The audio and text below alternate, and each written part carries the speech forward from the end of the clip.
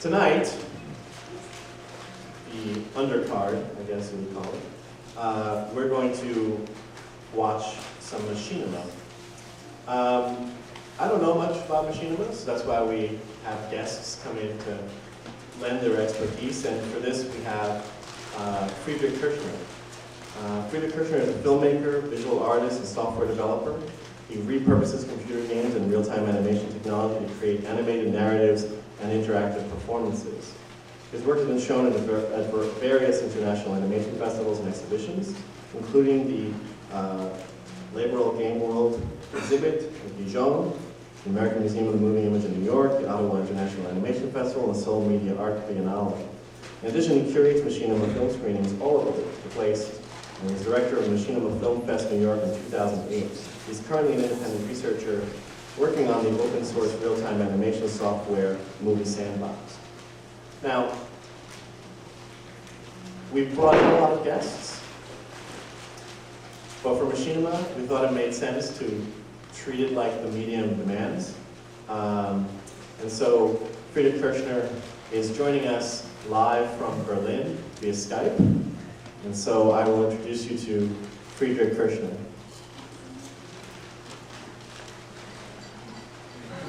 Hello, everybody. Hi, Friedrich. Hey, wonderful to see you. So I'm very happy that you all came and that you're going to watch some wonderful Machinima movies with me tonight. It's kind of late over here, so you have to bear with me if I fall asleep in between. I hope you don't. You have to wake me up in case there's something funky happening. Anyway, so to get a good feeling of what kind of audience I have to deal with tonight, I want to ask around who here knows or has ever heard the term Machinima? Can I get a raise of hands? Oh, that's quite a lot of people. It's as far as I can tell, it's a bunch of people. That's wonderful. So I'm going to start this evening very quickly with a movie that at the same time is one of the icons of Machinima production, and is an example of how to make Machinima in a very, very easy way. So without further ado, I would say, Riley, if you could start the first movie. coming up. That would be perfect.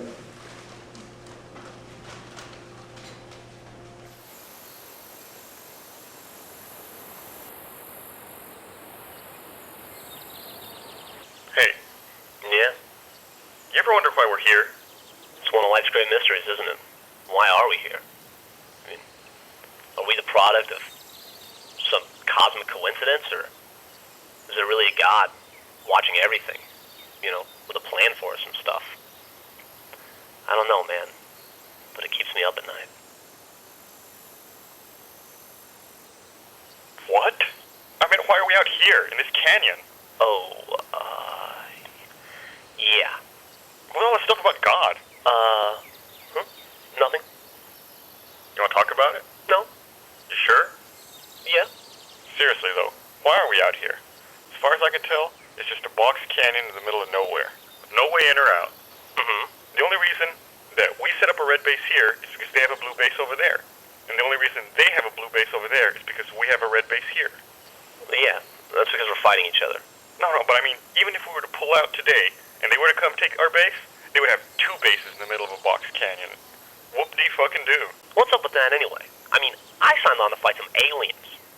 Next thing I know, Master Chief blows up the whole Covenant Armada, and I'm stuck in the middle of nowhere, fighting a bunch of blue guys. What are they doing? What? I said, what are they doing now? God damn, I'm getting so sick of answering that question. You have fucking rifle. I can't see shit. Don't bitch at me because I'm not going to just sit up here and play with my dick. Okay, look. They're just standing there and talking, okay? That's all they're doing. That's all they ever do is just stand there and talk. That's what they were doing last week. That's what they were doing when you asked me 5 minutes ago. So 5 minutes from now, when you ask me, what are they doing? My answer is going to be, they're still just talking, and they're still just standing there. What are they talking about? You know what? I fucking hate you. Talk about a waste of resources. I mean, we should be out there finding new and intelligent forms of life. You know, fight them. Yeah, no shit. That's why they should put us in charge. Ladies! Front and center on the double!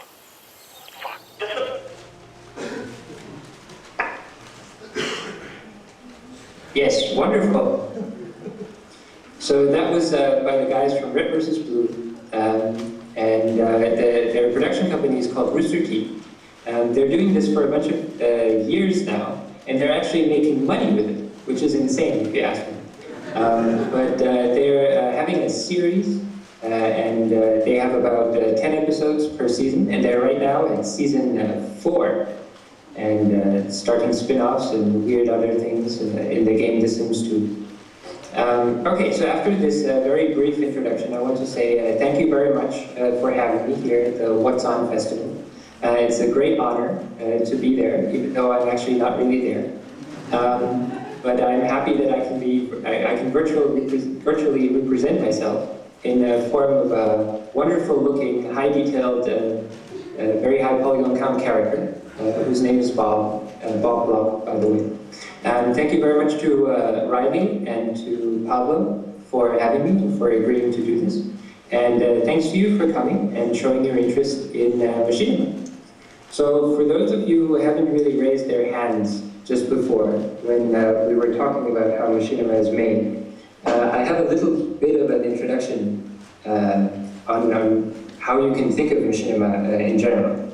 So if you are by yourself, alone at home, and you happen to have one of these fancy little gaming consoles with you, like an Xbox or something like that, and you play with it, and it's kind of fun, but at some point, you kind of run out of fun, and you buy a new game, but then you run out of money, and then it's kind of boring. And so what you do is you invite friends over, and you have these friends bring their console, and then you hook them up. And so then you have 2 consoles, right? You have them hooked up, and you can play the same games, but now with friends, and it's a lot more fun. But at some point, that gets boring as well, right? And so what you can do is you can add another friend, and he can bring his console in too. And then what he can do is he can actually film what the other 2 people are doing in their consoles, and then put some funky dialogue on it, and then create funky Machinima movies, which is exactly the thing that the people from Rooster Teeth were doing. And it made them a very happy bunch of folks.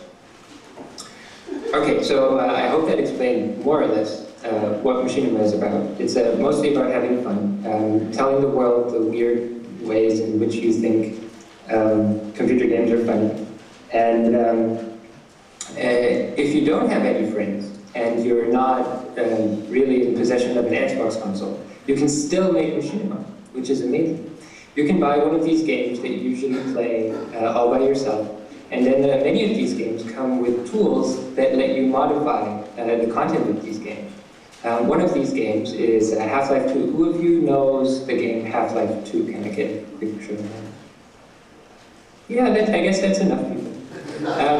So the next movie that I'm going to show you, or that I have other people press the play button to show, is a movie that is created in the game Half-Life 2.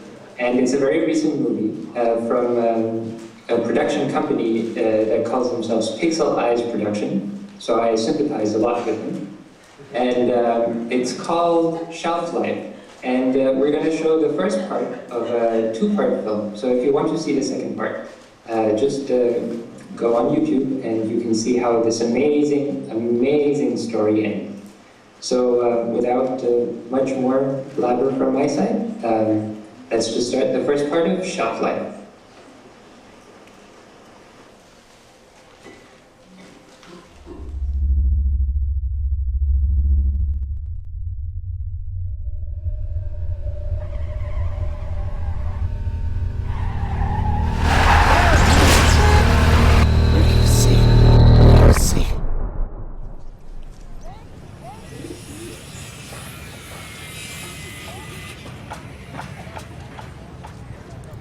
So some hotshot doctor moves into town because land's cheap. And who decided this? Did you vote?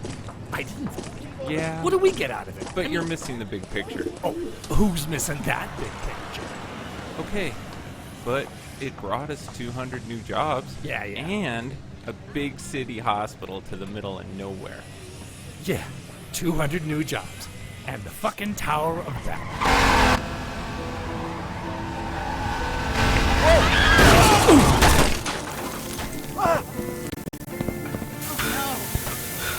Who do you see? Who do you see? Who do you see?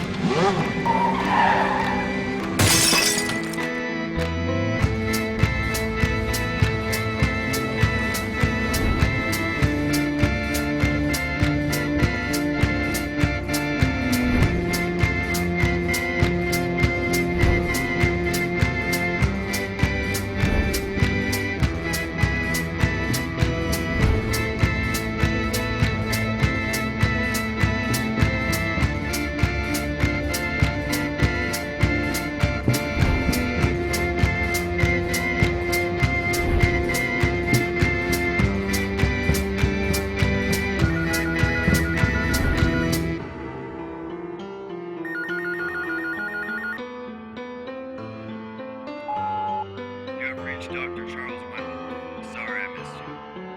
Leave a message and I will return your call. Good morning, Dr. Wentworth.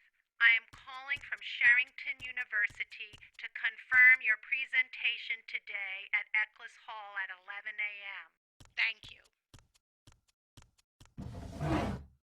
To keep your eye on the ball.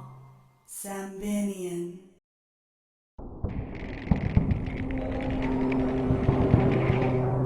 The man apparently lost control of his vehicle and drove straight into a crowded outdoor cafe downtown, killing one man and injuring another.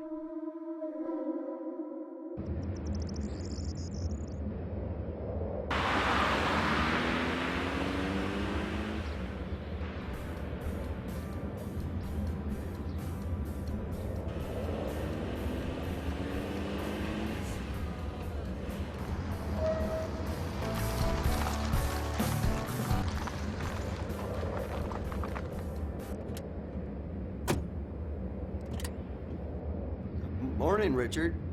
You're a doctor, right? Well, yeah, but I'm not a medical doctor. I've been feeling a little jerky lately.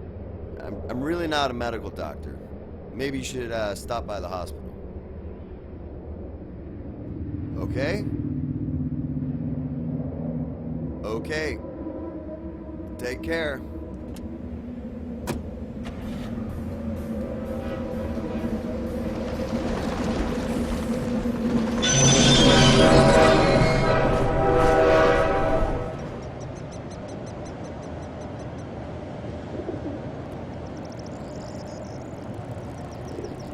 fMRI technology currently allows us to see how we think through a powerful visual display. Now imagine saving that image and reusing it later, effectively using copy and paste from our mind to a special organic media. The implications of this are both powerful and frightening. After all, what more do we have than our memories? Life is lived in the past, considering every moment spent instantly becomes a memory. You are what you remember. Thank you. Dr. Wentworth. Dr. Rutger Zellman from the Center for the Enhancement of Cognition. Of course, Dr. Zellman. Nice to finally meet you. Yes, if you have the time, I would like to discuss with you the research I've been conducting related to some of your hypotheses. I think you'll find the results fascinating. Yes.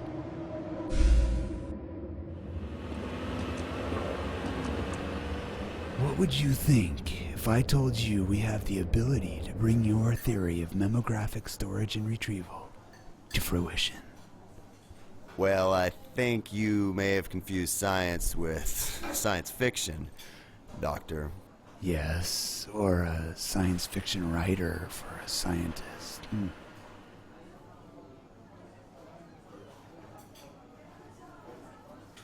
Charles, you must want more than to give lectures on your hypotheses.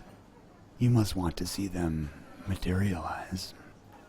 Are you telling me you've made a breakthrough in memographic imaging? That may be for you to decide. Yes. Let me have Julia set up an appointment for you tomorrow afternoon, so you can see what we have firsthand. What do you see? What do you see? What do you see?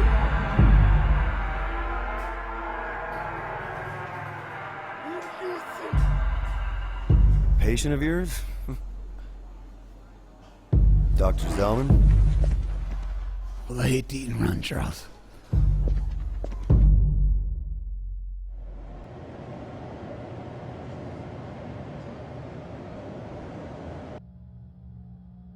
Dr. Wentworth. I'm really anxious to see what you're developing here. Yes, there's a lot to talk about. We've made some interesting progress based on your hypotheses of holographic memory imaging. To what extent? Let's start by taking a scan and look at the images we produce from it. Yes. Julia, this is Dr. Charles Wentworth. Nice to meet you, Dr. Wentworth. Oh, please. Charles is fine. Are we all set for his scan? We're all set. As you can see, the scanner has a much more comfortable design than conventional MRI units. It looks very comfortable, although I hadn't really planned on being put under the microscope today. Don't worry, Charles.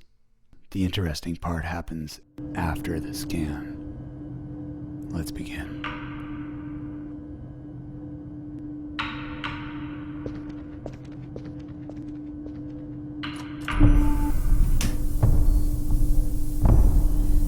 Okay, Dr. Charles. Lie still, close your eyes, and try to relax.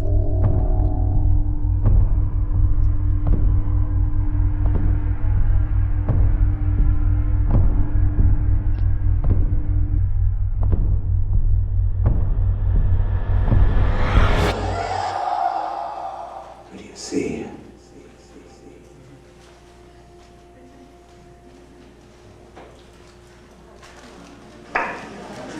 Very suspenseful right there.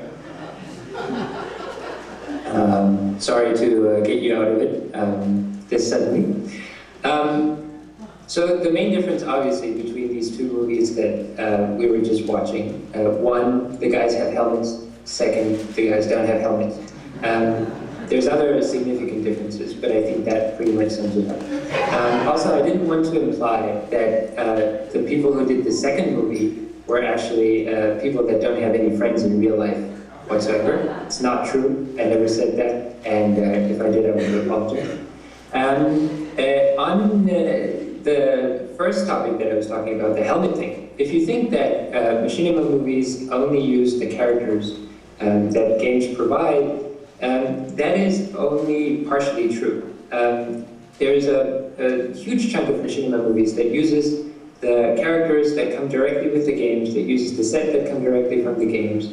But then there's also Machinima movies that go a lot further and that change everything that you see about the game characters and the textures and the sets and basically the whole thing. But those movies we're going to watch a lot later.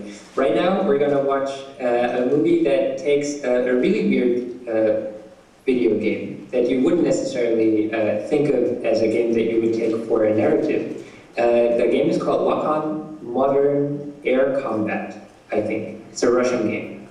And it's a game about, it's an airplane simulator. And so these people made a movie with an airplane simulator, and they managed to win 6 awards at the Machinima Film Festival 2006, which when I heard that seemed just completely insane. But watch for yourself, and I hope that you will enjoy the Chronicles of Bill and John, Episode 2.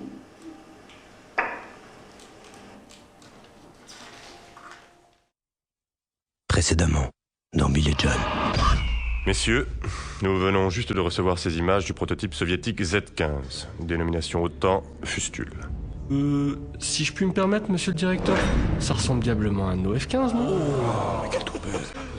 Toujours selon nos sources, nous avons pu déterminer avec précision l'itinéraire du convoi. L'échange des plans avec notre agent aura lieu dans ce bâtiment à 21h00.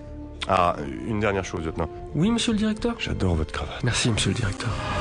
Springfield à Bravo Unité. Nous avons 2 bogies azimut 250 à 750 nœuds. Négatif, Springfield, négatif.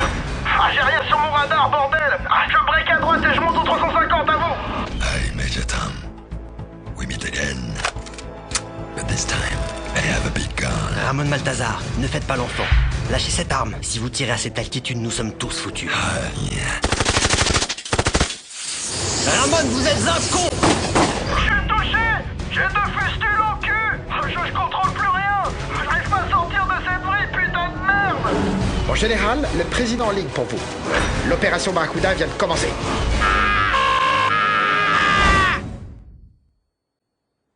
It's a long way to Tipperary. It's a long way to go. It's a long way to Tipperary, to the sweetest girl I know.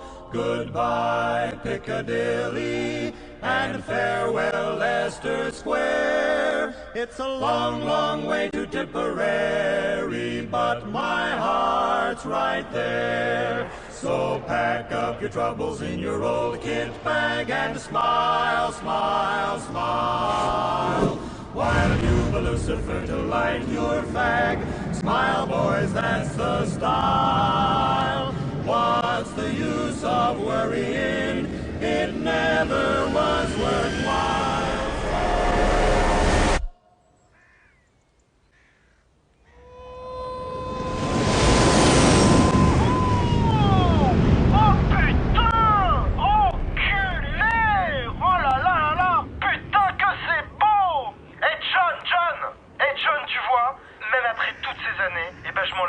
Jamais. C'est là que je me dis... Bill, tu m'emmerdes. Ça fait des années que tu m'emmerdes, mais là, tu m'emmerdes. Tu gueules, tu m'emmerdes à gueuler dès le matin, là. Et tu gueules... T'arrêtes pas de brailler. Bon. Bah t'es de bonne humeur, toi, ce matin. On va passer une bonne journée. Mais tu te rends compte qu'avec tes conneries, on se retrouve à faire de la tondeuse à gazon sur ces veaux. It's a long way to Tipperary. Humeur, toi, on va passer.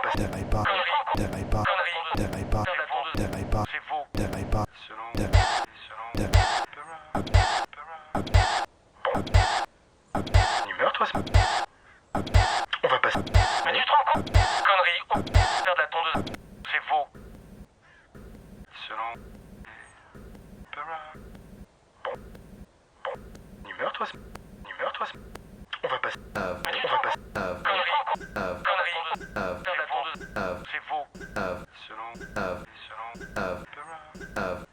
faire de la tondeuse, c'est faux. Humeur, toi, on va passer. Mais tu te rends compte, conneries, faire de la tondeuse, c'est faux.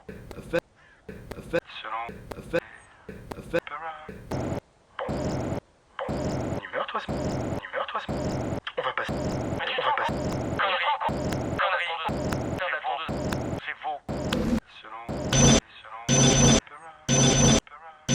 faire de la tondeuse, c'est faux. Humeur, toi, on va passer. Mais tu te rends compte, conneries, faire de la tondeuse, c'est faux. Humeur, toi, on va passer. Conneries, faire de la tondeuse, c'est faux.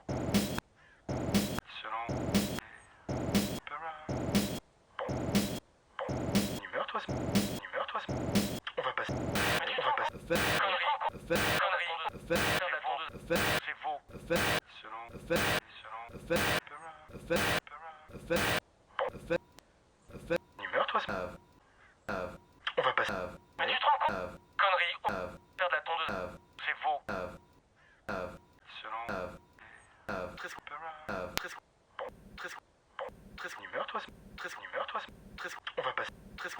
compte, conneries, faire de la tondeuse, c'est faux. Humeur, toi, on va passer. Conneries, faire de la tondeuse, c'est faux. Humeur, toi, on va passer. Mais tu te rends compte, conneries, faire de la tondeuse, c'est faux. Humeur, toi,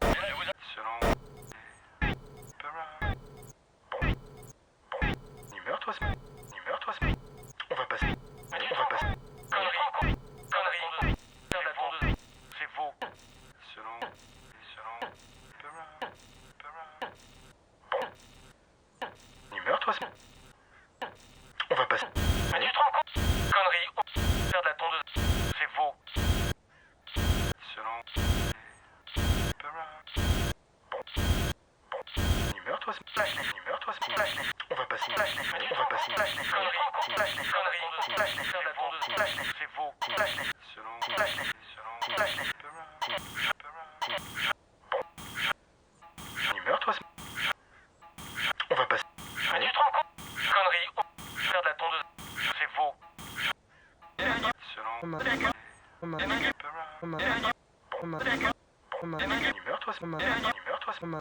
va passer. On va passer. Connerie, faire de la tondeuse, c'est faux. Selon...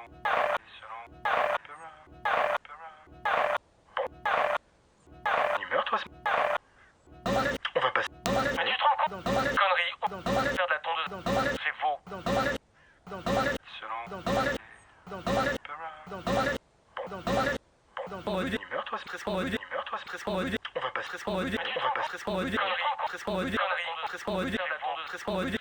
passer. On va passer. Connerie, faire de la tondeuse, c'est faux. Meurtre, on va passer. Mais tu te rends compte? Connerie, faire de la tondeuse, c'est faux. Selon... Meurtre, on va passer. On va passer. Connerie, faire de la tondeuse, c'est faux. Selon...